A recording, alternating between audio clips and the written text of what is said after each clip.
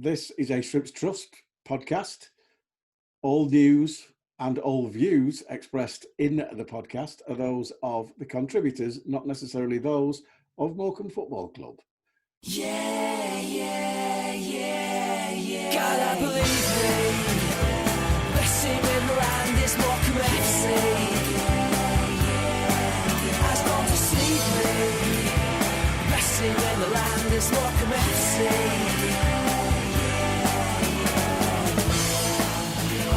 Right, here we are again. It's ShrimpNet. Is it 27, Joel? Or 28? 27. 28, I think. 28, there you go. I've written 27 down, so I'm completely wrong. So it's ShrimpNet 28 of the season, as usual. Thank you for taking time to listen or watch, because we are on YouTube now, because Joel does a good job there. And with us this week, we are honoured for the second consecutive week. We have our boardroom version of Deep Throat. For those of you who don't know, he's our undercover agent. Welcome, James Wakefield. Welcome along, James. That's the worst thing you ever called me, Dave. What? Yeah, but for those who know, and I mean, probably, if you ever watch All the President's Men, Deep Throat, you'll know who he is. He's our man on the inside, and making his second appearance, and still our top scorer. So we mustn't have set him too much last time. It's a very warm welcome to Jensen Weir. Jensen, thanks for joining us. Thank you very much. Right, where do we start? As usual, Joel, we talk about last Saturday's game. 1,100 sold out at Fleetwood. I watched it and I actually thought we part of our downfall was we probably had more possession than we've had all bloody season. And didn't make it count. But I thought we played pretty well, really. And obviously, it always looked pretty much like one goal was going to settle because neither side created that many chances. You talk me through your version.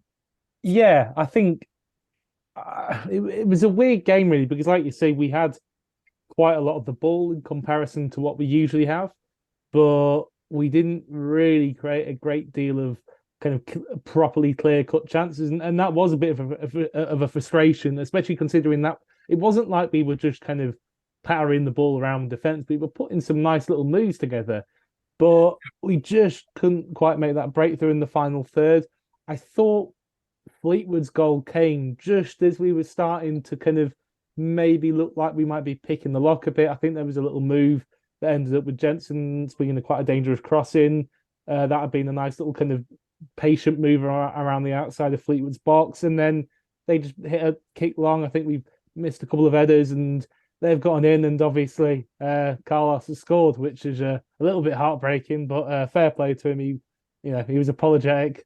Got to say quickly, I don't know why the hell people were booing him beforehand. It's he's ended up at Fleetwood, but that's just how football goes sometimes. He's Wembley hero, also made the club a shitload of money, so what's not to like? So but yeah, on the game, I think that goal, I know we've hit the bar pretty shortly afterwards, and I think if that goes in, we're kind of back to square one. Fleetwood have kind of got to come out of their shell a little bit and leave a few spaces, whereas at 1-0 they can kind of maybe afford to be a little bit more conservative, have that extra man back, and just make themselves a bit tougher to break down. I think that made it hard for us to get at them and create clear-cut chances. And in the end, they're the ones who've created a couple of clearer openings on the break, just as we've committed more men forward to try and push for that equalise. And that's going to happen. That's the risk that you have to take sometimes. But yeah, just frustrating, really. Like we couldn't quite find that big opening to get a goal. There were some good performances, I thought. Arthur Nahua, again, was really, really good. Yeah. I think he was a pretty key part in most of our good moves. Jensen and Crowley and Shaw, they were all kind of linking up really nicely and did some nice stuff. Crowley putting a couple of people. I think he's the one who's done the cross for Mellon's header that's come off the bar. So there's some good stuff happening. It's just finding that little bit of ruthless edge that we had at the start of the year. We've seemed to have maybe just lost our way a little bit with it, but hopefully it'll come back soon, because we've seen the players are perfectly capable of putting the ball in the back of the net. So hopefully we'll see that a bit more again soon. And Jensen, the dressing room disappointed with that, because you put a shift in, all of you. Yeah, I think as you said before, I think we actually played quite well, like in terms with the ball. we didn't really have, as Joel said, like that clear cut chance. Really, we just had a few near chances, but like I think on reflection we played quite well. But obviously, the immediate feeling after the game was frustrating because obviously it's a local derby and we've essentially not come out with the 3 points that we needed. But there's definitely positives to take from the game, I'd say. But no, the initial feeling was down. Yeah. So. I think it's a fair point that Carlos being the Wembley hero, it was nice that he didn't actually celebrate. Just as a matter of interest, James, do you think the fact that we didn't have Cole, and Cole is always he's always a handful for any two centre backs, do you think that affected it at all on Saturday, James? I don't know. I think it was we're playing away from home against an on-form Fleetwood who've been good for the last few games, and we went toe-to-toe with them. And if we got that first goal, then they'd have been chasing it, and it might have been us that got the breakaway chances. So I genuinely thought it was quite a decent performance. Probably should have been 1-1. But again, it's whoever gets the first goal, the other team's got to chase it. And to be fair, Carlos took his chance well, and we had chances too. So I think it was a 1-1 game. Could easily have swung either way. I was pleased with the way that we kept them out when we did open up and had to come forwards. So you don't want to lose away from home against Fleetwood, but it was a good performance against a team that's on form, that's invested heavily. So I don't think there's anything to be too depressed about. And I'll pick up on something that you said, Joel, there, which I agree with wholeheartedly, was that I thought Arthur was a threat all afternoon and carried the ball really, really well. And sometimes people, they're quite critical because they say Arthur has no end product. But what Arthur does is carry the ball and he cuts inside and he creates space for other people. And it's taking people on. He's giving us gaps. And I thought he did that really well against Fleetwood, but that's my opinion. No, I completely agree with you. I think, like you say, it's not something that always kind of sticks out because he's not always at the end of moves. He's kind of in the middle of them, bringing up the pitch a little bit. I think I don't know if it's something to do with his kind of running style. He's quite a languid dribbler.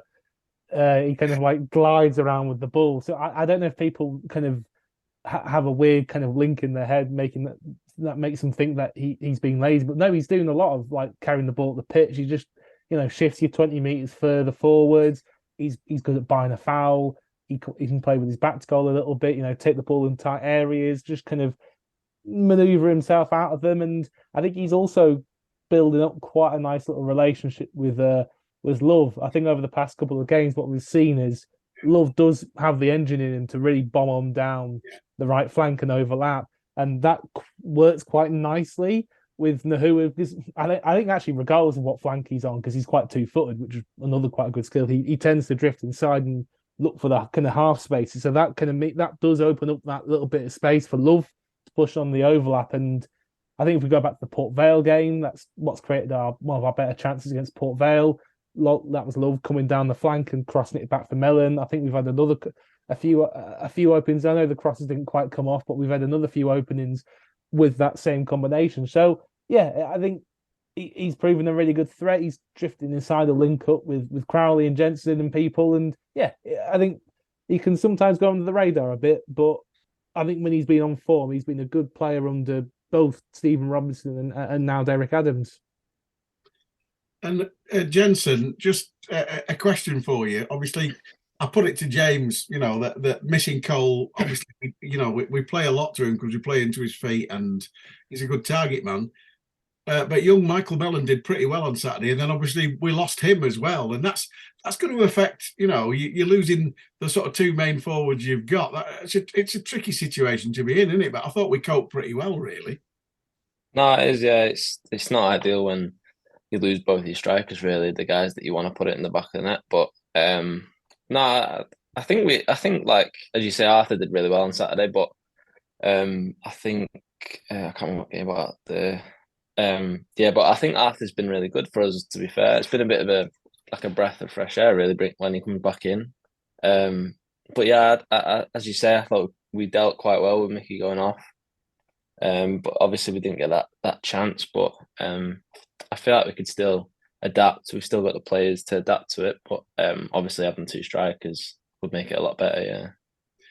And the one thing that did come across was that the Morecambe fans, it was virtually like a home game at times, wasn't it? Because it was the crowd were pretty good, weren't they, James? Yeah, fantastic. I mean, if you can't take that many away fans to a ground like Highbury, then you are going to make more noise than the home fans. The design of the ground and the fact that it's away fans, and away fans always make more noise per head than home. So it was really, really good. And support right to the end, which is what we've seen actually in the last couple of games.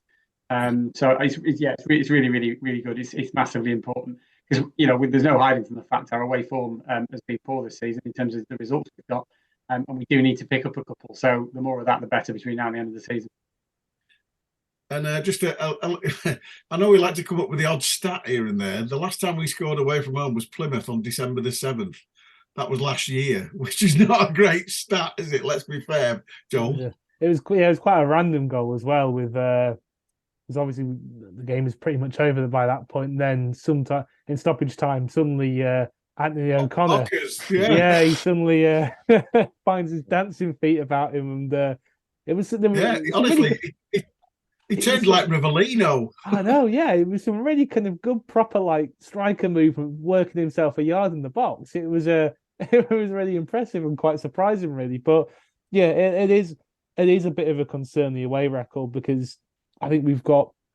Yeah, I can't quite remember all the fixtures we've got off the top of our head, top of my head, but we are going to have to pick up, unless we do something miraculous at home, which in fairness we have been doing over the past few months. We are going to have to pick up a few more points away, and ultimately, I back the quality of players that we have to do it. I don't know if it's just one of those little psychological hurdles that we've kind of maybe got, but yeah, hopefully we'll be able to kind of overcome that in the next few weeks, because it's a run. Looking at the run, and I think there are some games we can definitely pick up points from. So hopefully we'll be able to do that. Yeah, I'm looking at the fixtures, and obviously, the Cambridge one away from home, the rearranged one on a Tuesday night. That's no joke. It is a 6-pointer because obviously they're going through a really, really poor patch, and we've picked up. And considering where they were and where we were when they beat us earlier in the season, it's an important game, but. Shrewsbury away, not going to be easy. Barnsley away coming up as well. Both of them have been flying recently, and yet we've managed not to concede a goal against either of those two at home. So it's getting to squeaky bum time, Jensen, isn't it? Yeah, it's to be fair, I'm looking forward to it. It's quite exciting for me, someone like me, young, but it is as you say, it can be a bit daunting when the games start closing in, but no, I'm looking forward to it. It's funny because obviously we had Dale on last week, our new media guy, and it was interesting from the outside in. He said the first game he watched, he was just very, very aware at the age of the team. Never mind the squad, the team that we're putting out. He said there's a lot of old heads on young shoulders there that have got. And it's a fair point to make, the fact that you'll be looking forward to it. Probably Liam Shaw and all the low-knee lads, Danelle and etc. all be thinking, "Hey, she's great. I'm getting stuck in. I'm getting some great experience." And I suppose, and I don't mean to be sort of disingenuous, but you've all got that situation where at the end of the season you go back to your parent club, and I know you'll want us to still be in League One, but the other lads are all like, "This is my livelihood." It is definitely squeaky bum time for them, isn't it, James? Yeah, 100%. Again, I think all of us are quietly confident that we've got enough in us, but it is, and it is for all of probably not just the bottom 5-6 teams, but there's a couple of others that could still get sucked in. There's enough games for somebody to lose a couple on the bounce and find themselves in the mix. So yeah, it absolutely is. There's not a club in England, frankly, that's better at coming out of squeaky bum time than Morecambe. So let's hope we do it for the whatever 121st time again. I'm looking at this is an interesting one because we've managed to claw our way to be sort of there or thereabouts with MK Dons. And yet we've played MK Dons twice and managed twice to make them look like Barcelona, Joel. So that's going to be an interesting game. Yeah, it's a funny one with MK Dons. I don't know if it's a bit of a hangover from last season because last season when they were unarguably very good, we struggled with them as well. So I don't know if it's something that maybe another little psychological hurdle, a bit like how we used to have with Southend a few years ago when we just seemed to beat them all the time. Well, we literally did beat them all the time, but they haven't beaten us ever. So yeah, I don't know what's happening with that, but it'll be an interesting game at Stadium MK because they've got the worst home record in the division. Exactly, and we've got the worst away record. So someone's got to give. Yeah, exactly. Yeah, we'll have to give, and hopefully it'll be MK Dons at that point. But we owe them one, don't we? MK Dons. It's about time. Well, actually, and more coming up even sooner. Actually, we're playing another team that we owe one to in Cambridge. Yes, true. I'm not just saying that because Jensen's on the podcast, but but we've struggled against them in recent years, and they always get penalties against us. It doesn't like somebody falls over in the box. There you go, penalty, on you go. We've lost 2 on away last 2 seasons to a penalty. Just saying. And then we've got Oxford, and Oxford have just sacked Carl Robinson, so they might have new. Is there such a thing as new manager bounce? Discuss. Oh. You might, you know what? It's a debatable thing, new manager bounce, but yeah, it's interesting what's happening with Oxford because that's really crept up on me because they started the season pretty terribly and then they got a bit better and then they've just dropped off a cliff again. And obviously Robinson's gone now, and you don't know what's going to happen there. Are they just going to drop off even further? Are they going to get that bit of bounce? It's kind of impossible to say. That they've not appointed anybody again yet, have they? No. So yeah, it'll be interesting to see how that unfolds. But there you go. So we move on to Saturday and the unusual situation of a 12:30 kickoff. And I'll start with you, James. It's fairly obvious why the police have moved it to 12:30 after last season's fun and games, isn't it? Yeah, I think it's probably an astute decision. I don't think it'll make a huge amount of difference. I think Bolton sold out their allocation in 20 minutes or something ridiculous, as frankly they always do, because the allocation is never going to be huge for that fan base. I just think both teams are going to be massively up for it. It's a big game for both. They're chasing promotion. Certainly, there are a couple of games over the teams around them, so they haven't got games in hand. They do need to keep getting the results to stay where they are. And obviously, we want and need the points. And this is the game all season that I want to win over any others. And I'm sure that's the case for an awful lot of people associated with the club. So let's hope for a good game. Let's hope that we score 2 and they score none. Part of me, Joel, now says that the police have decided it's going to be a 12:30 kickoff to stop people imbibing alcohol, and I've just got this funny feeling that the early flyer can open at 10:30 if it wants.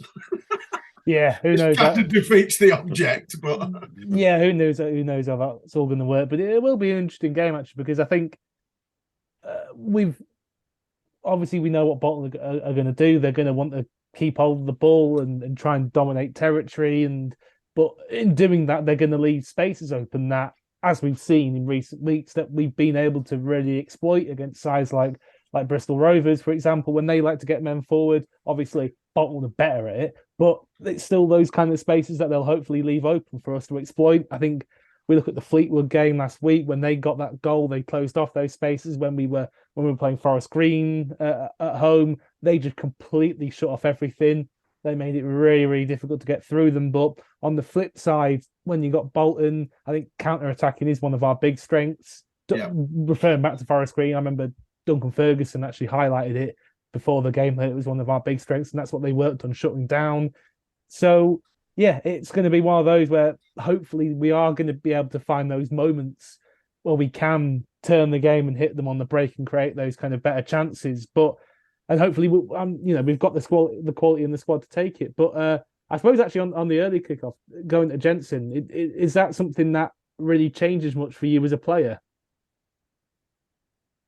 Just wake up earlier, to be fair. That's about it. But early to bed, wake up early. That's about it. But no, it doesn't really. To be fair, it's still a game of football. Like just genuinely is just have to wake up a bit earlier. That's it. Yeah, you probably get to go out for tea earlier as well. Yeah, sadly not the night before a game, but Do you have to do what was that Wayne Rooney tweet you did a few years ago, moaning about having to have pasta for breakfast? Is it going to be a pasta for breakfast one for you? It'll be something like that. Not quite, but something like that. Cornflakes. Just stick with cornflakes. Let's just hope for heavy traffic on the M6, so they literally have to get off the coach and start playing. Oh yeah, that would be good. I hope not. I'll get stuck. Yeah, true. Yeah, maybe so will Jensen. Yeah, you're not wrong. Oops. So yeah, looking at Saturday's game, it's interesting. Obviously, midweek, the Portsmouth defeat for Bolton, 3-1, quite a heavy defeat in the end. And Ian Everett was saying that they'd played Saturday, Tuesday, and it was starting to catch up with them.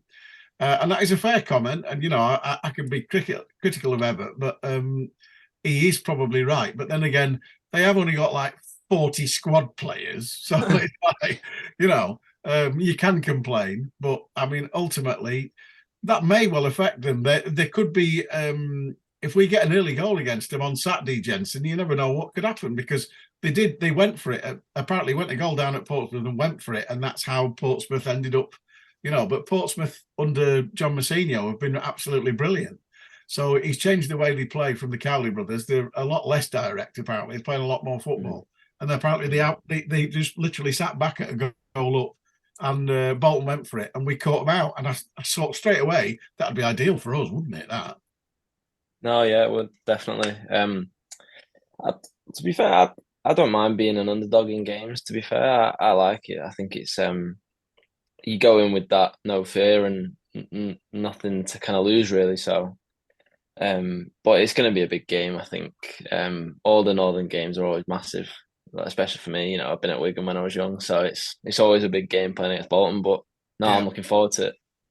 Well, I just hope from our point of view that we can perform to our best of our abilities.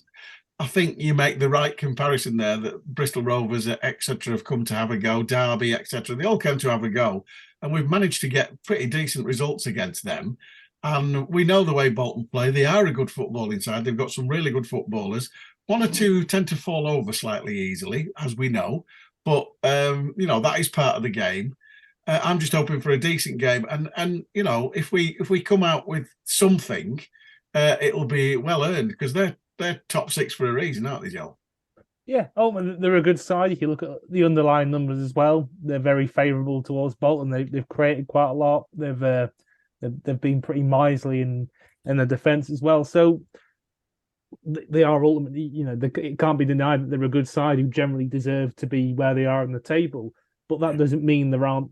Like you said, there aren't weaknesses that we can exploit, and we know we're quite good on the counter. We know we've been good at exploiting high lines, as we've seen against Burton.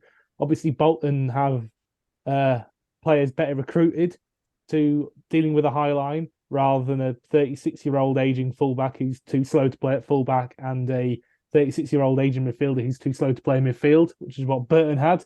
John Brayford, are you listening? Yeah, sorry, John Brayford, good player, but I'm not sure he's one you want play the high line. But No. Yeah, and obviously they've got a keeper to deal with it as well. But these are things we can ultimately exploit. We've seen us being able to exploit them before, and yeah, it'll be a tough game. Be a very different game to the game that we're going to have on Tuesday, which I'm sure we'll come into a minute. Different challenges, but that's kind of the fun of League One, isn't it? One week you're scrapping against teams around your end of the table who play a completely different way to teams who've got some more resources at the top end of the table. But that's part of the reason why we like being in this league, really, isn't it? It is. You're right. And Jensen, have you done anything specific on the training ground, or is it just the usual Derek things of let's just keep it tight and then see how we can break on them? Is it that sort of thing? A bit of both, to be fair. We've worked on staying solid at the back, and then also ways for us to exploit them going forward, because I think we've got a lot of quality going forward as well. We just haven't managed to find the back of the net as much as we probably would have liked. But yeah, we're all working hard in training, and yeah, a bit of both really, looking to keep the ball out of our net and then hopefully put it in theirs as well. And on that one, I read an article today saying Cole's in a race to be fit, which, whether it's true or not, that'd be nice to see him back, because obviously, as I said, I think he, he's much maligned, is Cole. for the simple fact that he hasn't had the season that he had last season, and obviously we know the reasons for that. But he does provide a really good fulcrum for an attack, and if you get the ball to him and surround him with decent players, it's a great way of getting up the pitch, James. Yeah, and he's been creating as well. I think probably since mid-December, or certainly since the game against Accrington, he's been creating space for himself and getting the ball and playing it across and creating chances. And he does tend to take 2 or 3 players out of the game. I think ultimately, whether it's Cole or whether it's any one of the other players who can play across that front line, we've got plenty of quality. But yeah, he does offer something different, obviously. And following on from that, we've got a completely different proposition on Tuesday night, Joel. Yeah, I'll just quick word on Cole. Actually, Derek said that he's apparently back in the squad now. So, all right, that's good then. That's good news. But yeah, obviously Cambridge coming up. I mean, they're a funny one, Cambridge on Tuesday, because as we know that they'll play, they'll be a bit more direct. They're not going to try and keep the ball for as long as Bolton will. And they're obviously quite. They use their target man in Joe Ironside quite a lot. I mean, I've been keeping an eye on Cambridge, obviously, over the past few games, and by quite a few accounts, apparently they've been playing quite well. I don't know if anybody's watched the highlights of their game against Fleetwood the other week, but they missed a spectacular open goal in the last minute. A few minutes before Fleetwood scored, they hit the bar with a header. They missed a 1-on-1 early in the game. Apparently, they were well worthy of their win against Oxford the other week. So, while it does look like they are struggling to kind of pick up results, and I think they probably will continue to, they've put in some good performances, so we are going to have to be wary of that. But I think we've said so many times, the quality we've got on this squad, I don't think it's really. I'm not just blowing smoke up Jensen's arse because he's on the podcast, but I think this is probably the most talented midfield I think I've ever seen Morecambe have. but you wouldn't say that if you weren't on. But so we've got the quality to create. So in many ways, there's no reason why we can't go down and beat Cambridge. I think, yeah, it's a big game. And I think, but like you say, we've got the quality to do it, and I back the players to do it. And Jensen, it was bad timing. We were due to play them when we'd had 3 home wins on the bounce, and there was a huge social media backlash by many Morecambe fans saying this was a media conspiracy because they were crap and we were brilliant, and they've deliberately blown the roof off the stand, which I think is a bit, it's a bit far too to take it, but. It was bad timing. We were on the.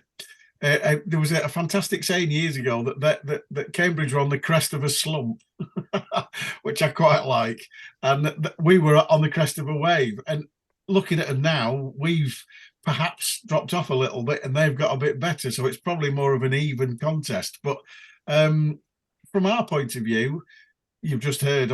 We talk about it. They've had a bit of a hoodoo on us of Cambridge. And that was you setting that lucky goal up for that bloke last season, wasn't it? Yeah, I know.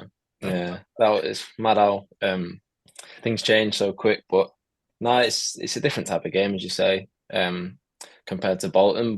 And they've got different ways of playing football. But yeah, I don't really know what to say about the Cambridge game. It's just it's a must win, really. They're all really must wins, but games like Cambridge you go into with the mindset of you really, really want 3 points. But it's everyone's looking forward to every game really in the change room. Everyone's kind of buzzing going into the final few games. So the mood's still good. Yeah, it's always. I feel like we've got a good group of boys. We're always positive regardless of games. It's obviously it's harder after tougher games and stuff, but we're always quite positive as a group, and we all get on really well, so that helps team morale and stuff. But no, for me, it's I'm quite excited by the Cambridge game. Going back to Cambridge after being there last year, so I'm looking forward to it, and hopefully can put one in the back of the net as well. That would go nice. Well, I'm sorry, go on. I do just have to quickly ask, actually, if I think it was Ben Warman, wasn't it, who scored that goal? Yeah. So I'm presuming you probably asked him afterwards, did he mean that first touch? Did he mean it? Yeah, to be fair to him, I think he did. I can't remember It what was he his said, crap but first touch. It was his crap first touch that knocked it over his, and then it was a great finish, but it was his first. yeah, it was a good goal. finish. Yeah, You know, no, I don't think he meant to flick it up, did he? But the finish was great. Yeah, and I'm not being unkind there. I'm just thinking. I mean, God, if I'd have scored that at his age, I'd have retired. But it is. I suppose it is it right to call it a 6-pointer, James? The Cambridge game. Yeah, I think it is at this time of the season. I hate it when people talk about 6-pointers in December, but we're in March now. We're in March, and we're playing against a team that's second from bottom as things stand. And so, yeah, it's a 6-pointer. I quite fancy it, to be fair. I know what Joel said about them, not being bad, but they've not been creating a huge amount of chances now for six games. I was looking at the stats. Last time they had more than one XG was against Ipswich. And so I genuinely think that we're in a decent position, and I think they'll be more worried about us than where we are about them. And I'm pleased it's at theirs as well, even though our away form's not that great, because it puts the pressure on them. It stops them feeling like the underdogs. So I genuinely think that we can go into that game with real confidence. And I like Cambridge as a club. They're nice people. I think they run the club well. They're one of those clubs that you sort of like you say, yeah, they're doing it properly. They're doing it sustainably. They're trying to compete in this league under their own steam like we are. But I really want us to win on Tuesday. Yeah, and I wasn't going to be greedy, Jensen, but I was. You were saying I hope I can put one away. I hope you can put a bloody hat-trick away, mate. Yeah. I know. Me too. Fair. And then when you scored your hat-trick, take the ball and smash it through their roof because they've just repaired it. So. There you go. So looking at the season as a whole for you, Jensen, personally, you've played just about every game. You've been a first choice. And obviously, do you being based in the north because you're from the north and what have you? Do you look back at your parent club and think, "Good God, what's going on back there with like Potter leaving, new manager, and ins and outs and stuff like that"? Does that affect you at all? It's in your subconscious mind a bit. Like you always, obviously, I'm a Brighton player, so I always pay attention to how Brighton are doing and stuff, but. I think the best thing for me is to try and do as well as I can here in order to enhance my chances at Brighton. So I'm focused on my job at Morecambe, but obviously in the back of my mind it does play a bit of a role thinking about it. But I don't think managers leaving, coming in, signings and stuff is going to affect me really. I think it's more down to how I do really. But it is it's always a thought in your head. But no, I wouldn't say I'm massively thinking about it, but I do. I keep up on Brighton. I actually went to the game the other night. They played Stoke in the cup. I went down, watched it. It was, to be fair, it wasn't the best game. I should have watched the better one, to be honest. But yeah, they won. Yeah. But it's a typical Tuesday night Stoke. But yeah. But no, it was good to go and watch them. I enjoyed it. And the new guy seems to be doing okay, doesn't he? He doesn't seem to have changed much.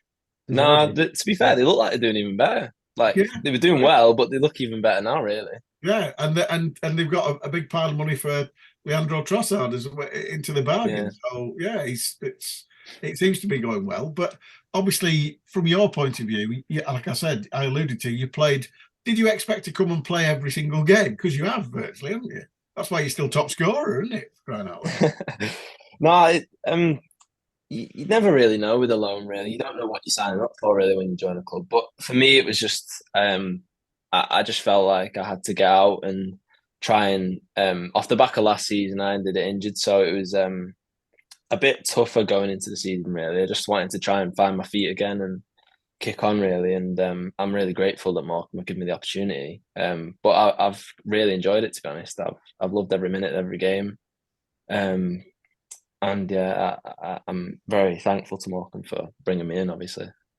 Well, we're thankful for you to scoring all them goals. Because we wouldn't be where we are without them.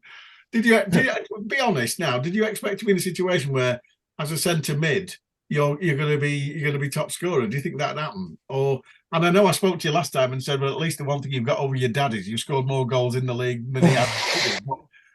did you ever think that would happen? Did you see yourself as a goal scorer, the Frank Lampard or the Steven Gerrard? I've always wanted to add goals to my game. I've always scored like goals here and there. Like I've never really been an out and out goal scorer, but I've always been able to score goals. So I think like over the last 3 years, I've always talked about, not 3 years, the last like 5-6 years, I've always thought about getting goals. But I feel like when just as a development point, really, getting goals in your game is always a good thing for a midfielder. So I can't say I came in and went, I want to be the top goal scorer, but I came in and I wanted to try and get some goals. So the season's still not done as well, so I'd like to get some more goals, a lot more goals if I can. Right, so you've got a little target in your head. I don't expect you to tell me, but that's good. But I mean, it is quite nice when you've sort of set yourself a goal of, right, I'd like to get myself more goals. And League One, it's not exactly, you're not gone to the conference and started scoring goals, or even League Two. You're against some big teams and big players, and being the top scorer of Morecambe, you must be thinking, I'm doing something right here. I've got to carry on doing it. No, yeah. To be fair, I always go with the mindset of like you never really know what happens in football. Like you can do one thing in one moment and then it can change so quick. So, but no, I'm quite pleased that I've got a lot more goals than I did last year and the year before and stuff, because that's something I definitely want to add to my goal. So even now moving forward, I'll always like hold myself to. I'll always try and better how many goals I scored the year before, say next year. So I'll always hold myself to the goals I scored the year before and try and push on from that. So yeah, it's a big thing for me. So now, me being me, I've now turned 60, and I'm now playing walking football. And if I manage to score at walking football, the first thing I do when I get home is make my wife switch the telly off and move the coffee table and go, "You'll never guess what happened here, love," and talk her through it. So do you get the little remote and rewind your goals and say, "Here, Dad, this is how I did it"? To be fair, if I started doing that, he'd have something to say back. So not yet. I haven't started doing that, but I give like my brother and my sister and brother play football, so I give them a bit of banter as well. So I give them a bit, and then yeah, so a bit of banter here and there, and then sometimes the boys in the car as well. I get a car into training, so with them as well. Well, if you've got it on your phone, you need to be pointing it out. That little 1-2 with Kieran Phillips, and then you sent the keeper. Oh yeah, that was just such a quality goal from back to front. That was probably one of the best goals we scored this season. But the way Kieran went to shoot and then noticed you and nipped it you back, and then you sent the keeper, and the keeper went that way, and I was like, I'd have that on my phone. I'd be showing it people in the petrol station. I think talking about that goal, actually, I remember like I was chatting to somebody who was behind the goal, and he was saying that the whole crowd was just going, "Shoot, shoot, shoot," and it kind of reminded me that I think there was a Graham Potter, obviously, from when he was still manager, complaining about fans telling his players to shoot all the time. He's like, no, work it a bit close to goals. So was that going through your end at the time? No, we need to work this a bit closer. No, to be fair, it actually wasn't. But I remember I know what you're talking about. I've heard that before. That genuinely wasn't going through my head. Just felt it was right to play a little 1-2 at the time.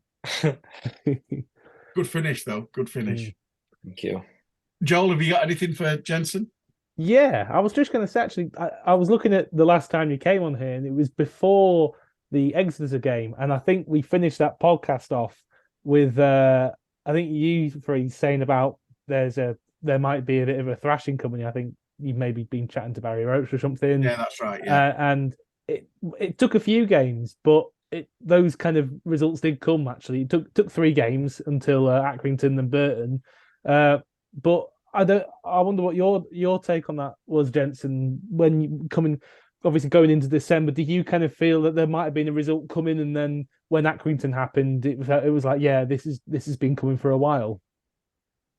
To be fair, I can't really remember. My memory's not great, but I'm trying to think. What? Sorry, you say that again. I'm a bit lost on that. Sorry. I love the fact that the 21-year-old's got a worse memory than the 3 old farts. Sorry, 2 old farts and Joel. I know. Yeah. It is shocking. I'm an old fart in comparison. I'm 25. Jesus. But no. So obviously going into Exeter, Freez foretold a bit of a thrashing. That didn't happen against Exeter. or Plymouth Yeah. or Port Vale, but it did eventually happen. Well, not quite against Accrington, but then against the win came. So, do you feel that there was a good result coming despite not quite managing to get the wins against Exeter, Plymouth, and Port Vale?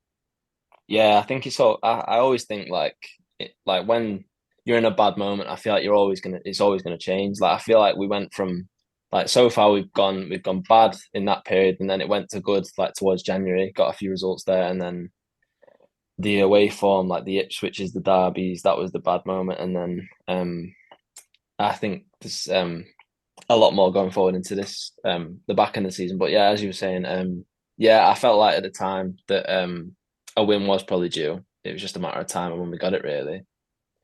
And I remember actually after the Port Vale game, I know it kind of wrangled with a few fans, but I think he had a fair point. Derek Adams saying that he was really happy with some of the aspects of the performance of the Port Vale game. Was that one that you kind of came out of thinking, you know what, there was good stuff here, and then managed to put it to a bit more use against Accrington? Yeah, I genuinely thought we actually played some good stuff in that game. Despite that pitch. Yeah, I was just about to say that pitch is terrible. That's one of the worst we've played all season. Yeah, but there was, when you watch the game back, there was actually moments that we actually had good things. I think if Max scores the header at the back stick, then it's it's a different game, I think. Yeah, and yeah, as you say, like there was positives from that, and then the Aki game, of course. Yeah, there's been a lot of times this season when we've had chances, and within 5 minutes, if we haven't taken that chance, we've conceded. And I'm thinking like Lincoln City. 5 minutes. That Port Vale one was about 20 seconds. 20 seconds, yeah, exactly. It was one of the most depressing moments I've ever witnessed in a football. I know, it was crazy, isn't it? Because and that's the truest thing that there's lots of cliches about football, but goals do change games. And if we managed to sneak a goal against Fleetwood or equalise quickly against Fleetwood or scored at Port Vale, they wouldn't have scored, etc.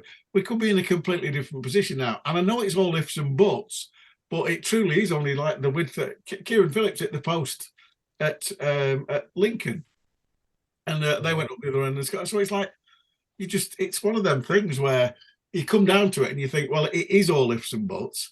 But then we've said this all along, James, and I know you agree with me. You make your own luck, and that's what happened when we played Accrington, and then we played Burton, and then we played Bristol Rovers. In the fact that all the chances that we created that we'd missed, all of a sudden they started flying in. And like yourself and everybody else played with a lot of confidence in those home games, didn't you?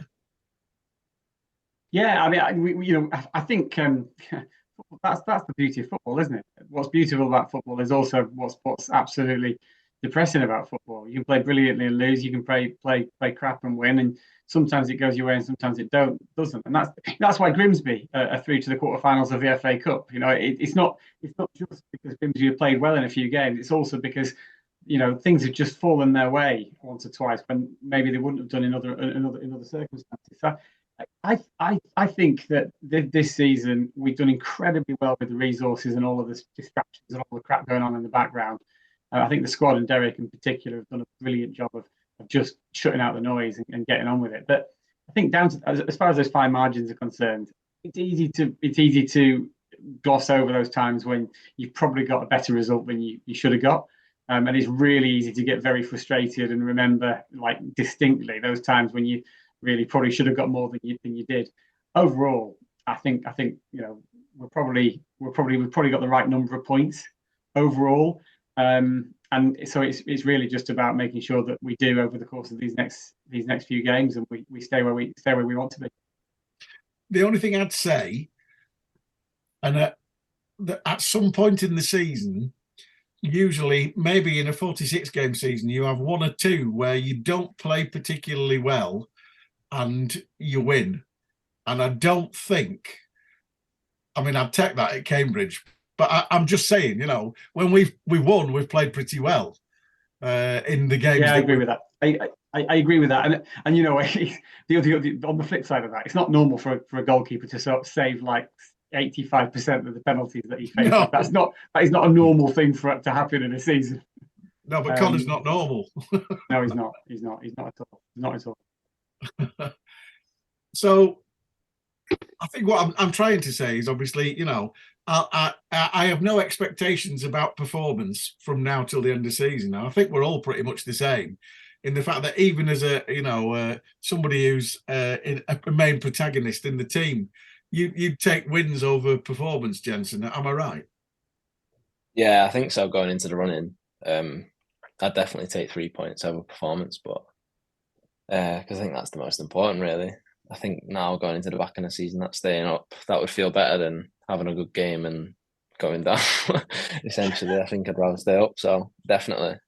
Well, I mean, ultimately, for yourself and all the other, like Liam and Danelle and Watsy and Kieran Phillips, from his point of view, now he's coming through his injury, and Michael Mellon. You want to be able to put it on your CV that I went to Morecambe on loan and we stayed in League One, because everybody knows, we're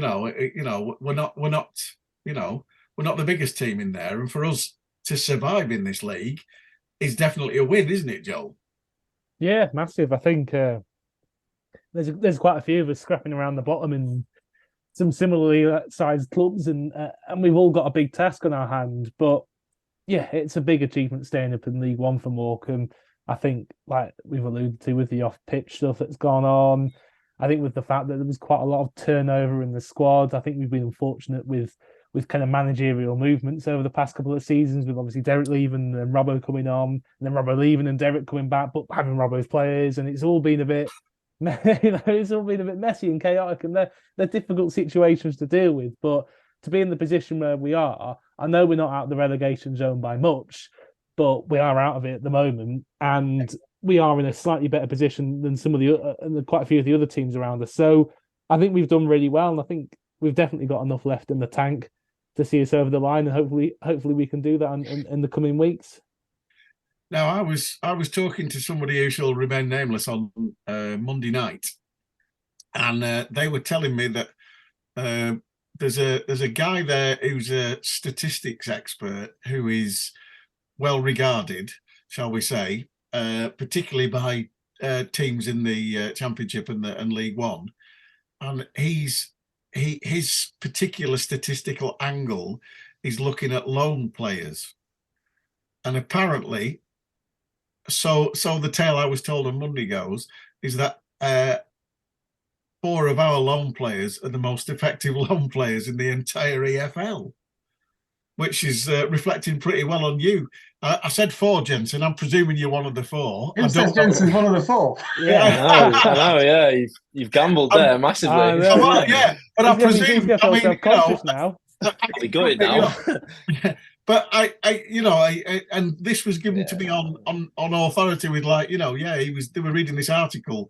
I don't know where it was. It was online somewhere, and they were saying, that there were so many loanees, and this guy had said, the particular ones who were doing well were, and there was a couple of teams, and one of them was Morecambe, and that 4 of the loanees were performing, better than any other loanees. Now, that's a double-edged sword. If that's true, that's a double-edged sword, because first of all, it's gratifying for people like yourself to hear that you're doing the job that you're supposed to and you're learning the trade.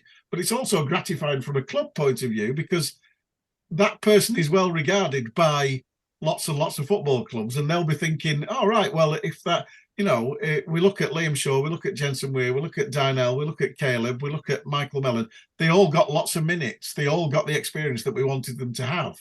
And that augurs well for us, for if we manage to stay in this league, for replacing the players that I've just spoken about, because they'll all go back to the parent clubs armed with that experience and hopefully make them a better player.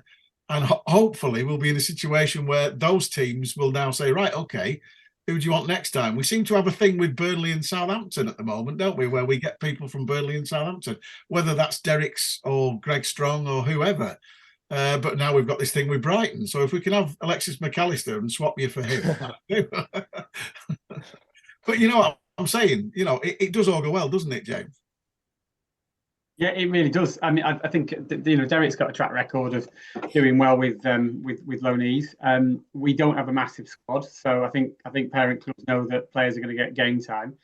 And Derek's got no compunction at all or no issue at all with playing younger players.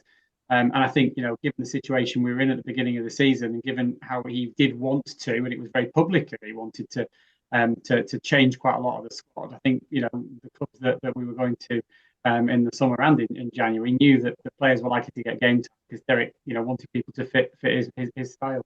But yeah, it does augur really well. I think, I said a few times this season, the job that Derek, Greg, and the staff have done this season has been nothing short of incredible. The names that have come into the football club, whether it be Premier League players and Scottish Premiership players coming in on loan, and then a couple of surprise signings, and suddenly Danny Crowley gets conjured up out of a hat in January. The transfer work that Derek and Greg have done in this season has been really quite incredible. It really has, and that shouldn't be missed by people. I know that it's boring to talk about budgets, and I try not to do it, but it's not easy to inherit somebody else's budget, to inherit a squad of players that you want to change, and not have the flexibility, and still manage to bring players in, compete every single Saturday and Tuesday. So I do think an incredible job's been done, but it augurs well for the future. I remember the days when our loanees were not playing, and it was like, well, what we doing paying this person's salary when they're literally sitting on the bench, or worse, not even sitting on the bench.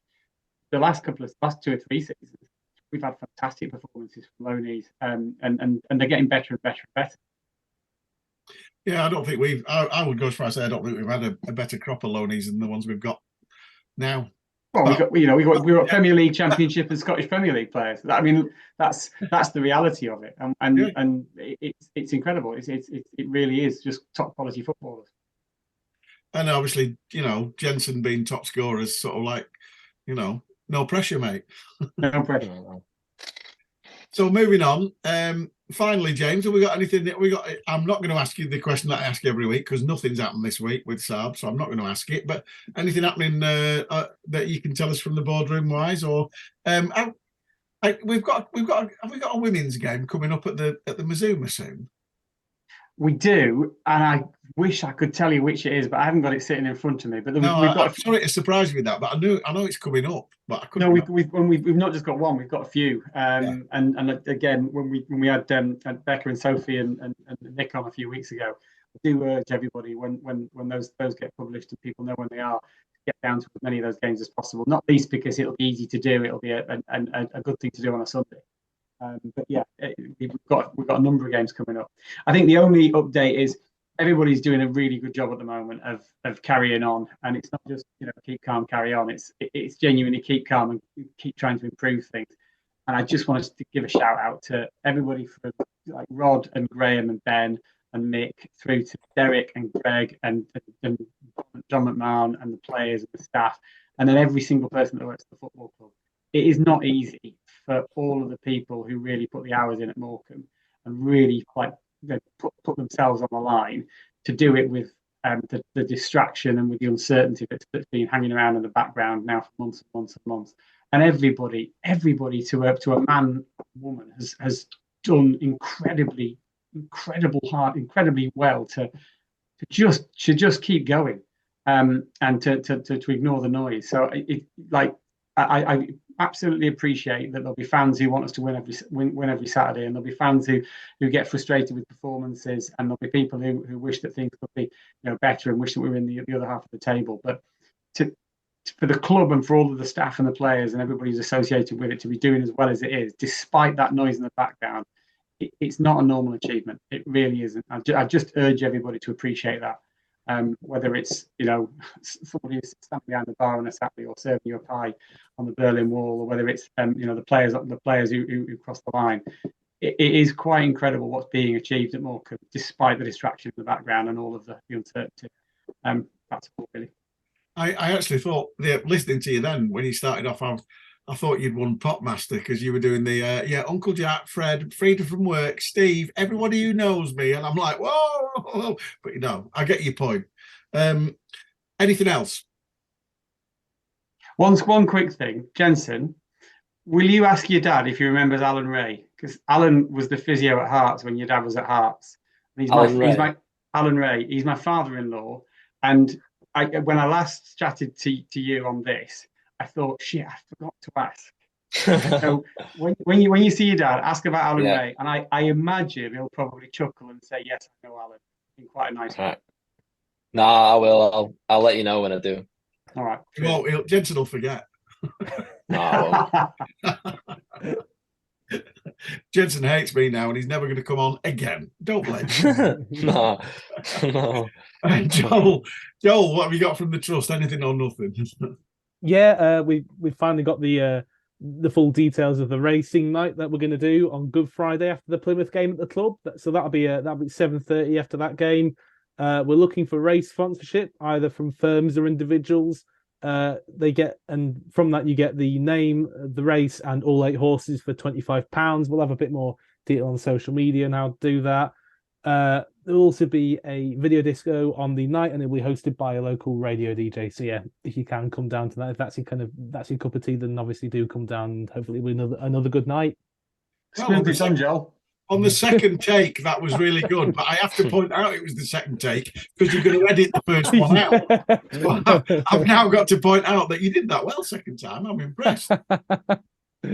Oh, I know, yeah. Shocking. Yeah, well, that's us just about wrapped up for this week. So as usual, I've stopped giving really, really crass, useless predictions, and I'm not going to ask you to give yours. I'll just hope the Bolton game goes without an incident and we get something from it. And obviously, no pressure, Jensen. Just expect a hat trick from you at Cambridge. But there you go. There you go. Thanks for joining us, Jensen. It's much appreciated. It's great to have you on.